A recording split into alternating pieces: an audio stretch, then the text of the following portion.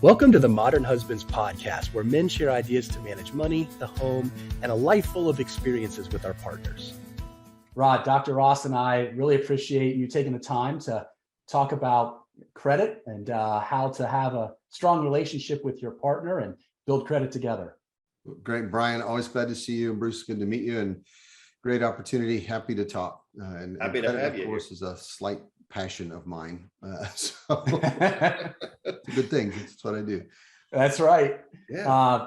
And I can't wait to get to this because there are so many little tricks that folks, our listeners, are going to hear today. They're going to help them. So, but let's start off pretty simply. What is credit and the difference between credit and debt? Sure. Credit is an agreement with typically a lender, and you are loaned money to make a purchase of goods or services under agreed upon terms in a contract that says, I'll pay it back by a certain date with fees and interest that are applied, and gives you access to financial resources that perhaps you wouldn't otherwise. Credit is a great financial tool if you use it well. It creates financial advantage for you. Debt is the thing that can be a financial problem. So I always kind of distinguish between the two. When you use credit well, it can create access to opportunities that you may not otherwise have. For example, most of us can't pay cash for a house outright, at least certainly not a first house. So having good credit established, using credit well, gives you an advantage. Another example I use is if you think about having a credit card, you can have credit and not carry debt.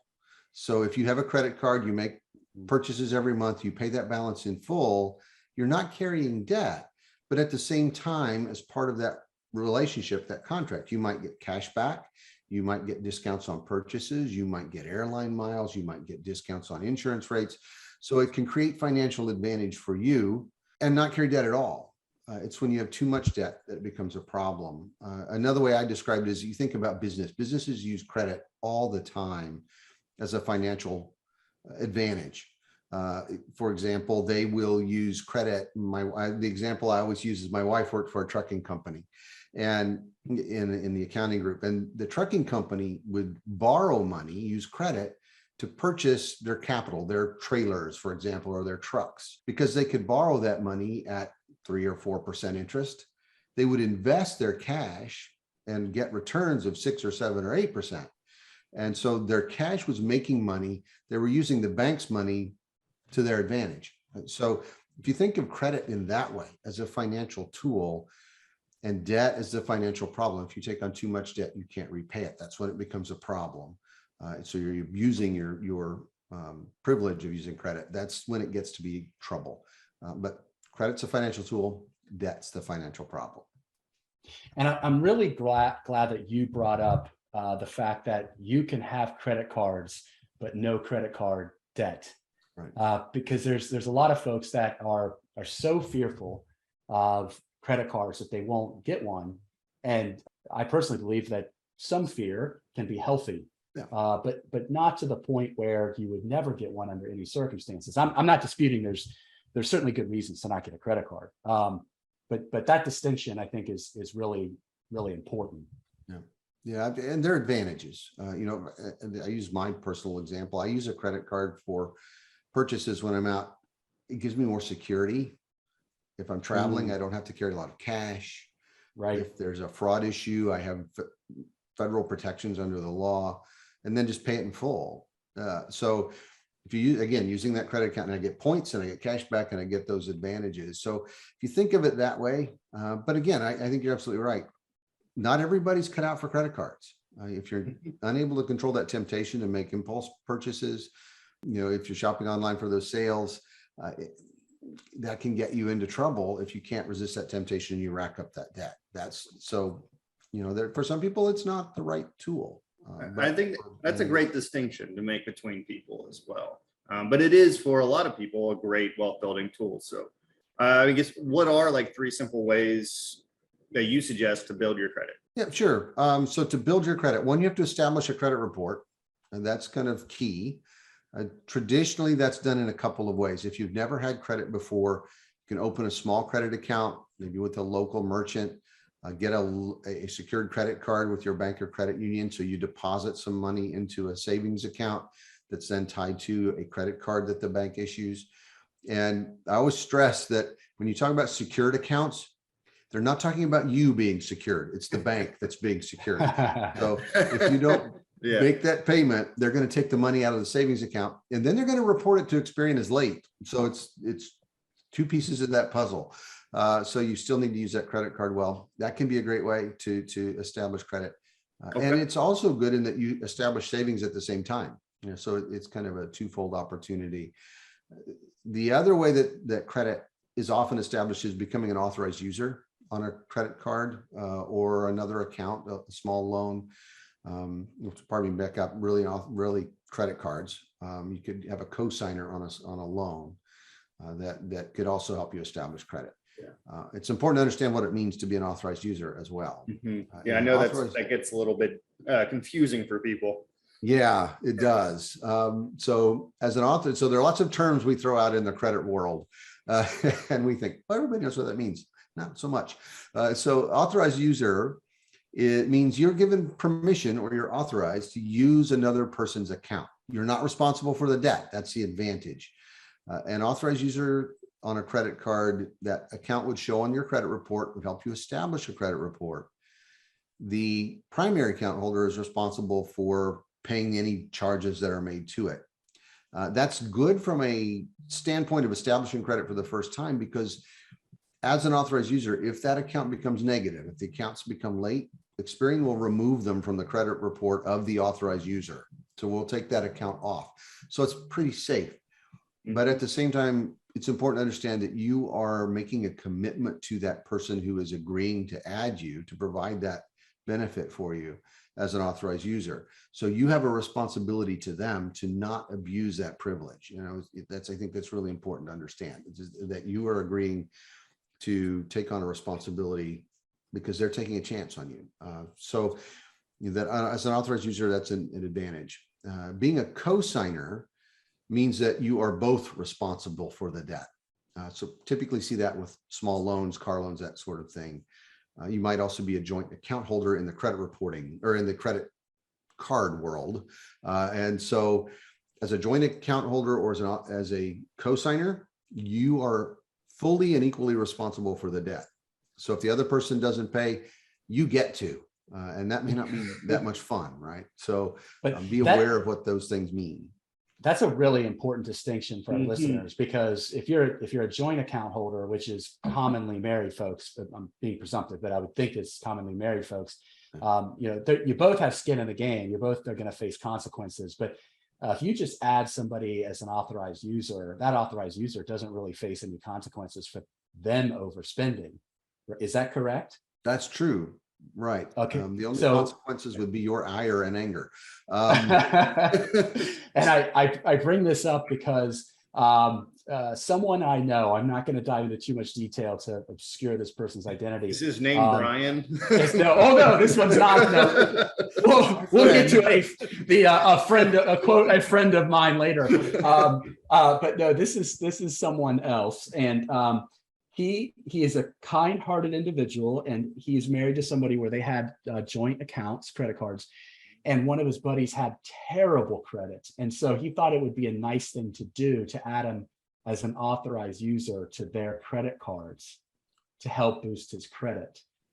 His wife did not appreciate that very much. Can you perhaps share, Rod, why that would maybe upset his wife, and why, to our listeners, that's a really bad idea? Yeah, it's one, doing business with friends is always risky to the friendship and to the relationship you have if something goes wrong. Being in the credit reporting world, I take that seriously, in that a person with bad credit, poor credit scores, probably has some difficulty managing relationships with credit. And if you are then adding them as an authorized user to one of your accounts, they're likely to abuse that as well. I mean, that is kind of the reality around how credit reporting and credit scoring works. It predicts risk. People's past behavior tends to be predictive of future behavior. And I think there are also lots of other things rolled up into the relationship. So if you're adding a buddy to an account that you share with your wife, or your partner, and you have joint relationships, they get to be responsible for that buddy's behavior as well. Yeah. And so probably should have that discussion before you do that. Let them know, hey, I'm thinking about this, and come to a joint conclusion before you add someone as a joint account holder on your credit card, because he's not just risking himself, he's risking his wife's credit as well. Exactly. Yeah. So you're putting more at risk than just your own credit history. And another thing to understand with relationships are what think of as joint property states or community property states in a marriage. In many cases, those states will automatically make any accounts you enter into during the marriage joint. So you need to understand what the laws are too. Even if you aren't signing that application, it might still be joint with your spouse. Say more about that. I know, and I know we're starting to get a little bit into the weeds, but I think our listeners are going to be particularly interested in that. Yeah. So states are all different. And in many states, there are what they call community property states or joint property states. And effectively, they say that as a spouse, you will share equally in the responsibility for your debts. And some vary. In some states, it automatically creates a joint account if it's entered into during the marriage. Others don't. It's important to understand what your particular state law says. Generally, it means that if you're in a community property state or joint property state, you're equally responsible, or to some percentage responsible, for any debts you enter into while you're married. The debts prior to marriage, not the case. So if you are an individual account holder before you're married, that account would remain individual unless you went to the creditor and said, I want to add my new spouse. Sometimes your new spouse wouldn't want you to do that. Add them to your accounts, or vice versa, especially if you're struggling when you enter into the marriage with the debts you have. You can certainly have that conversation before you get married, and perhaps share each other's credit report. I know it's probably not something that gets people too excited, but at least there's complete transparency going into the marriage of what your credit history is. So you can, as you get married, you can navigate that.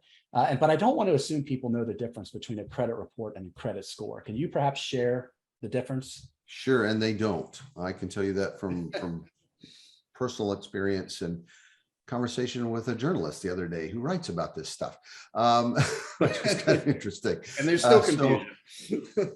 Oh, we have to explain the difference. But for, generally they get conflated, and they really are two very different things.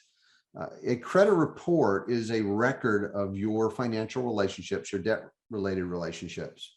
And it shows your payment history, the kinds of accounts you have, your relationship to those accounts. Are you a joint account holder and a primary account holder? Are you an authorized user, a cosigner, so on?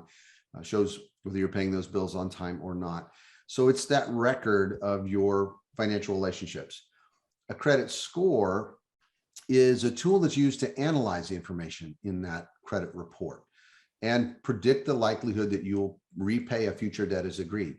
Essentially, they're looking at the credit history, in many cases up to 300 different variables in a credit score. The way I describe it, and Brian, you'll appreciate this as a teacher, and Bruce as well, a credit report is kind of like a paper that you do in school. You do the work, you determine what's in that credit report. The teacher is kind of like, or the professor is like the bank. They're looking at that information to determine the quality of the work.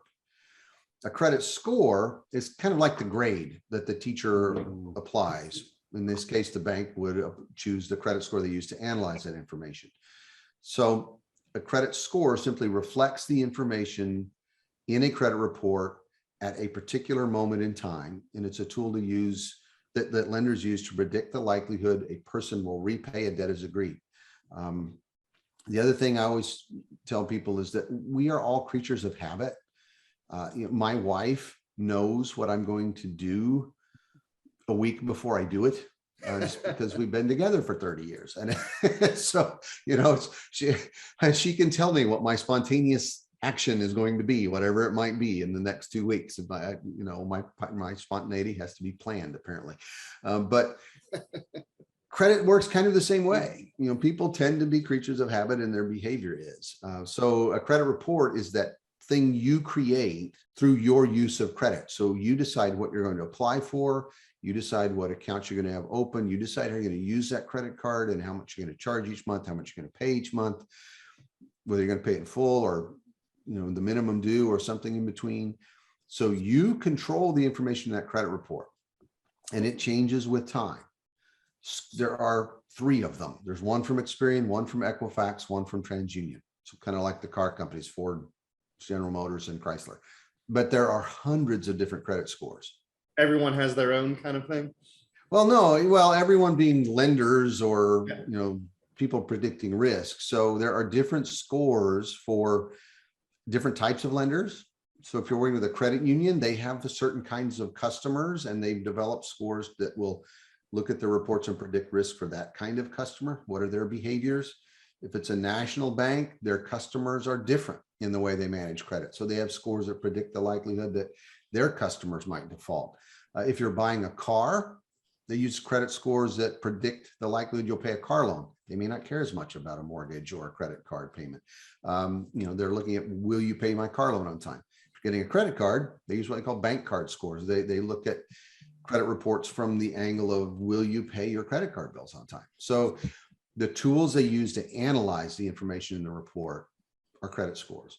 And so they're different depending on the type of lender and the type of lending being done. But you only have one credit report. If you take care of that credit report, actually have 3, but if you take care of your credit report, you're going to have good credit scores. So, I tell people, I don't worry about the number. I worry about what's in my credit report, or my credit history is another term for it. If I take care of that, I don't have to worry about the numbers. Okay. So you're saying that, so like on your credit report, you would have like things like your student loans, your credit cards. And so how would that, I guess, ultimately impact your credit score?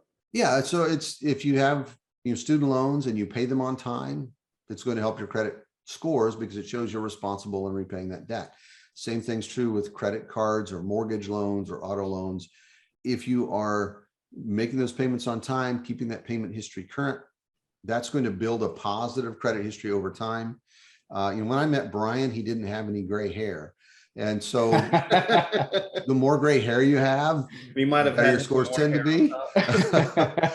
It seems that the longer your history is, the older your history is, the better your scores will be, because there's more data to make that prediction on, and a longer history to make a prediction on. But the key, there really is no secret to good credit scores. You have to do 2 things. You have to pay your bills on time every single time, and you have to keep your credit card balances as low as possible. If you do those 2 things, you're going to have good credit scores. And if you can pay off that credit card bill in full each month, that's the best thing you can do.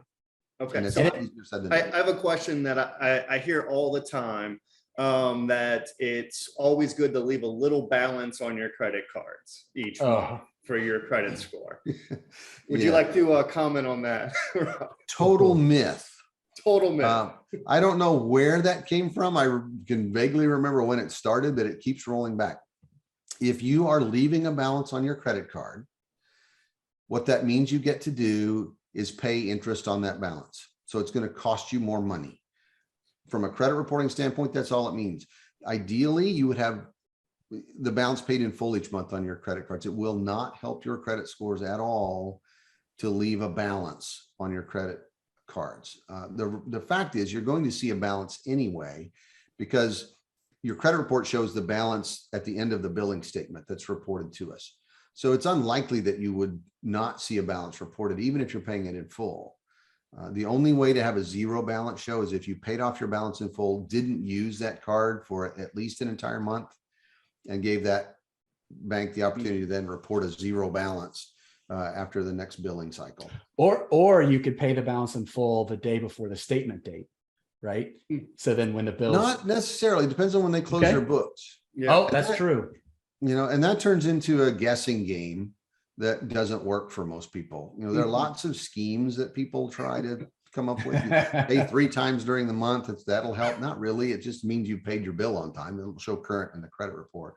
On the 3rd Thursday of the 2nd consecutive month. I've heard all sorts of weird things that people think will help a score. Basically, it's just pay it by the due date.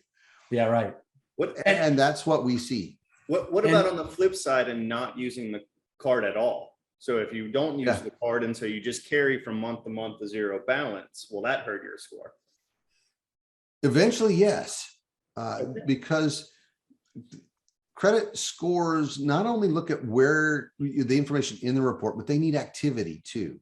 So scores from FICO, for example, what they will tell you is that you need at least 3 to 6 months of consecutive activity in an account for it to be included in the score calculation.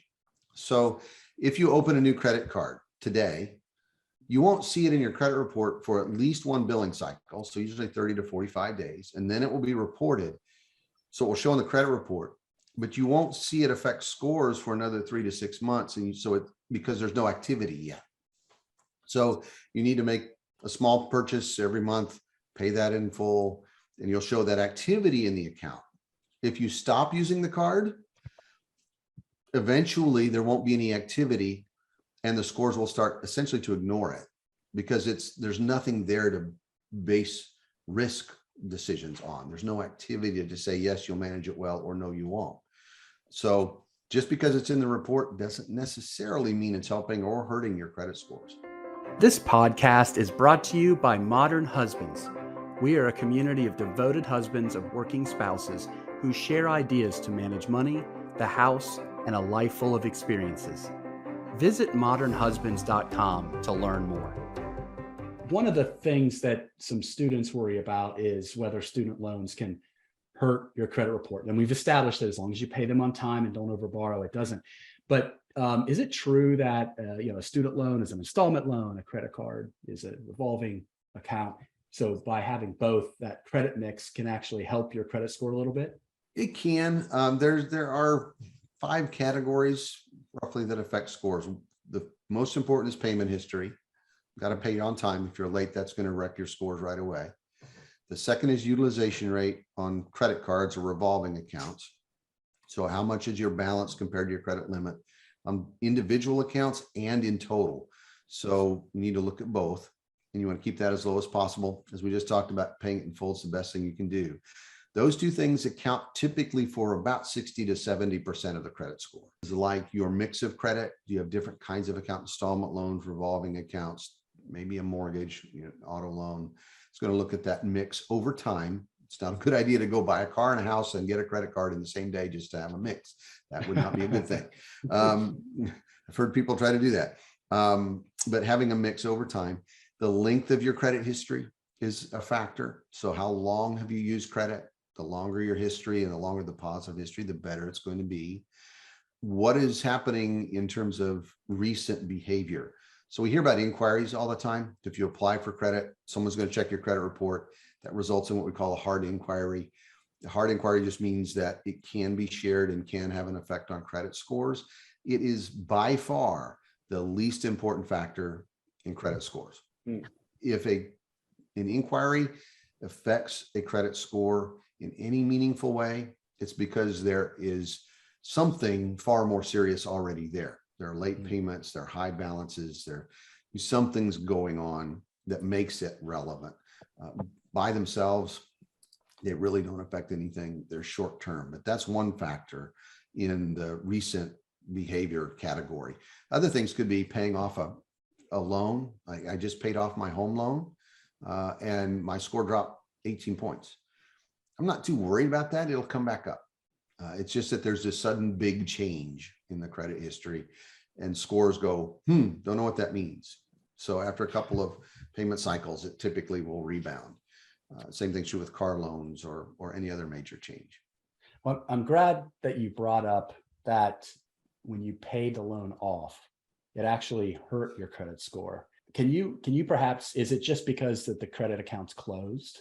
Can you share a little bit more why? Yeah, so it's because in my case with the mortgage, it's because that's the largest loan most of us ever have. And it represents an enormous change in your credit history when it's paid. Suddenly there's an account you've been paying that's, you know, 100,000, 150,000, 200,000. It could be, you know, $500,000. I was at the lower end of that scale, but on my house, but it's creates this significant change, and credit scores are looking at consistency. You know, one of the things that I always tell people is that boredom and consistency is incredibly sexy to lenders. They don't want anything surprising, right? It's like, oh, and so you make a big change, and scoring systems going to do the same things. What does that mean? So for a billing cycle or two, they're going to look for stability, and the scores are going to go, what really happened here? You know, why was that paid? Why was it closed? Was it because there was a problem with the account, or was it because something good happened? And then it will bounce back up. So it's really just a matter of, as things change in your credit history, the scores are going to change. If you pay off a credit card, same thing can happen. You know, if you have a large balance, you pay it off, scores tend to dip and then rebound just because of that big change.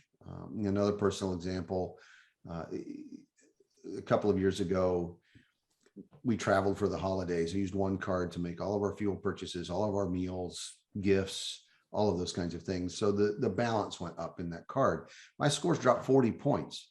Unfortunately, you know, my scores are very good. So in terms of my ability to qualify for credit, if I needed it, was not affected. It didn't really mean anything, but my scores dropped 40 points from November to December.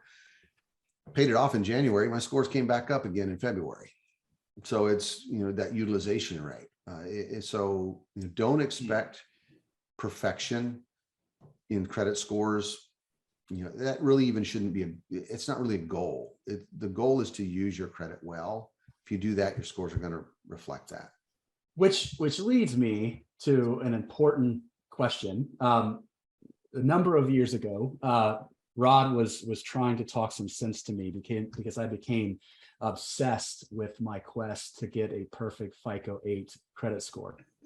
And I reached it. I feel like that what made the difference is I got into a habit of paying my credit card balance every day of all my accounts. And that was actually from listening to Rod sharing this idea that you should keep your credit utilization rate below 30%. Like, he doesn't know where that 30% number comes from. And for me personally, I can't imagine carrying that kind of balance on a credit card. But anyhow, the advice of just keep it as close to zero as possible, I took to the extreme. So now I've got this every day. Every day. I paid it off and it only took 5 minutes a day. That's it. I would drink my coffee and get on my phone, pay them off. And, you know, I mean, all my other bills are set to auto pay. And so within, you know, like a year, that's what ultimately made the final difference.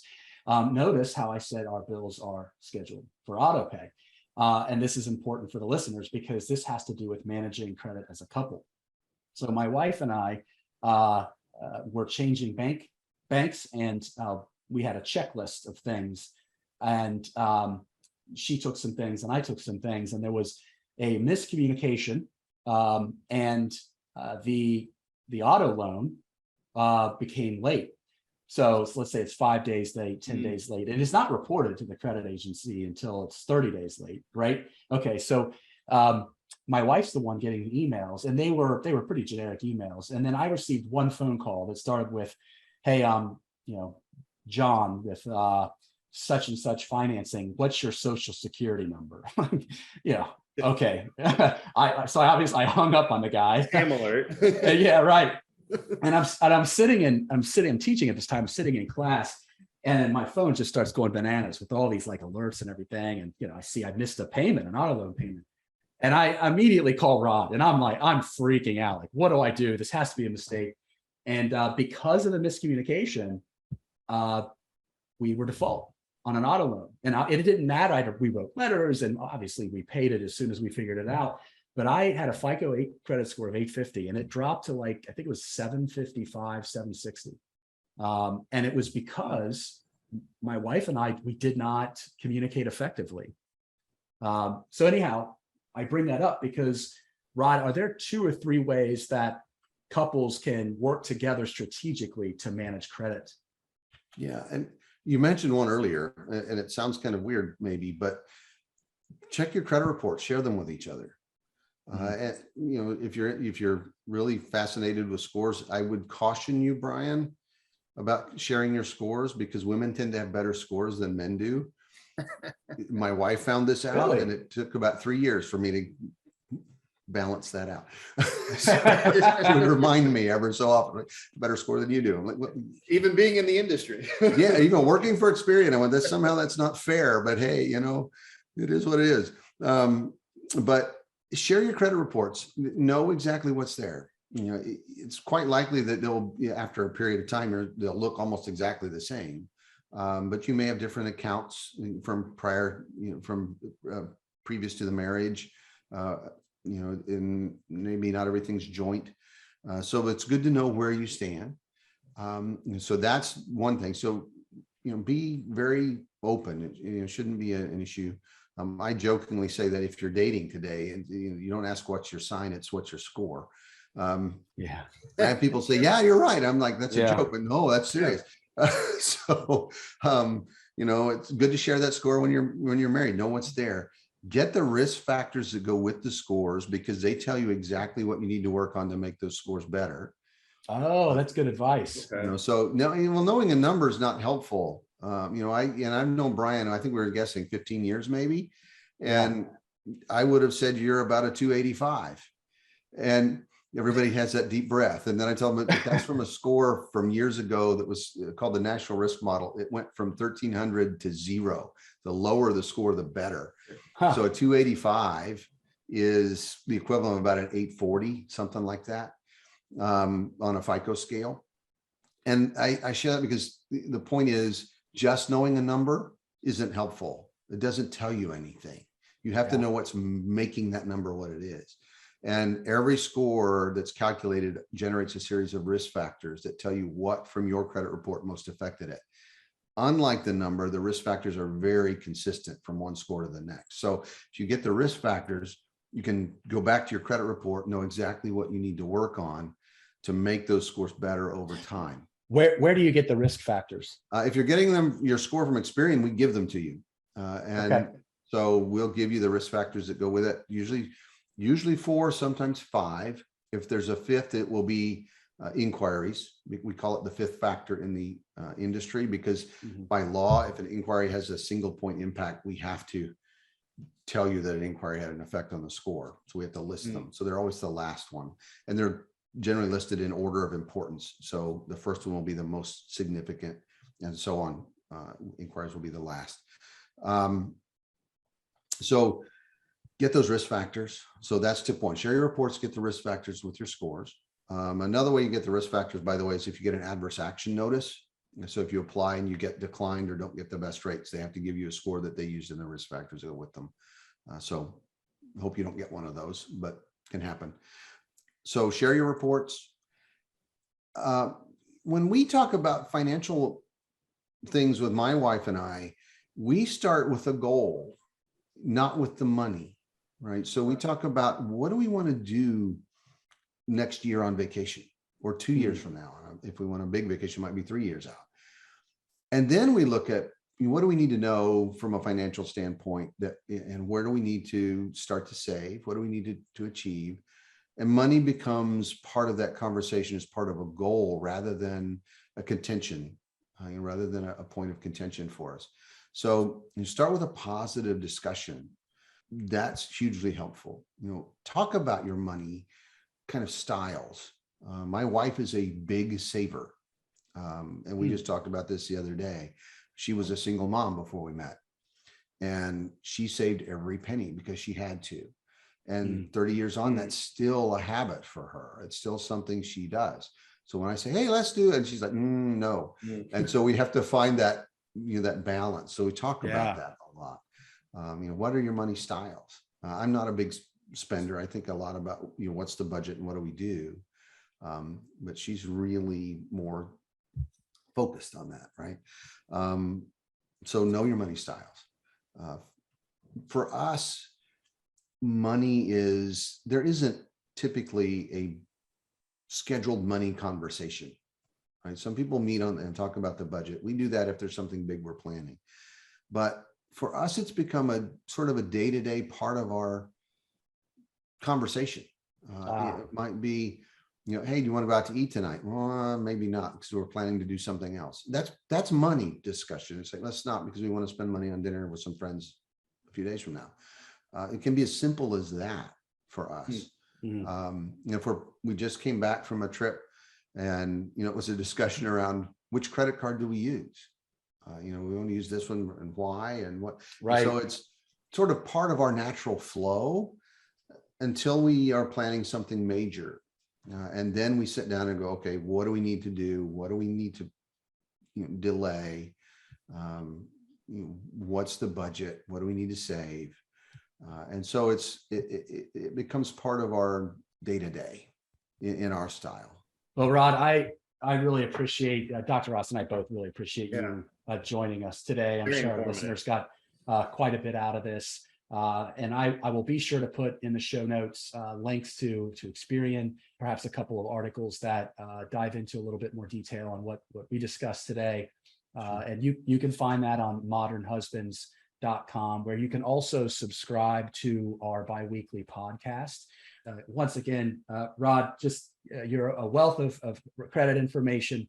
Thanks again for joining us. Sure. And I would be remiss if I can mention where you can find us too. You can join us at Experian on our credit chat every week on Wednesdays, 2:00 Central, 3 Eastern. We are on Credit Chat Live, so we do recordings periodically. Need to have you on again one of these days. That'd be great. And we're on Twitter. We do Facebook Live events regularly, Twitter Spaces events. You can find more about those at ex.pn/credit chat.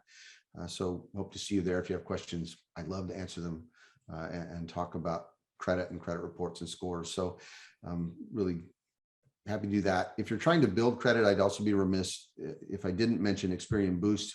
You can now have your cell phone payments, your utility payments, and your streaming services added. Another bad joke, but who knew that Netflix on date night could help boost your credit scores? But it can now. Experian. We're all about bad jokes here. Right. Yeah, I don't have any good ones.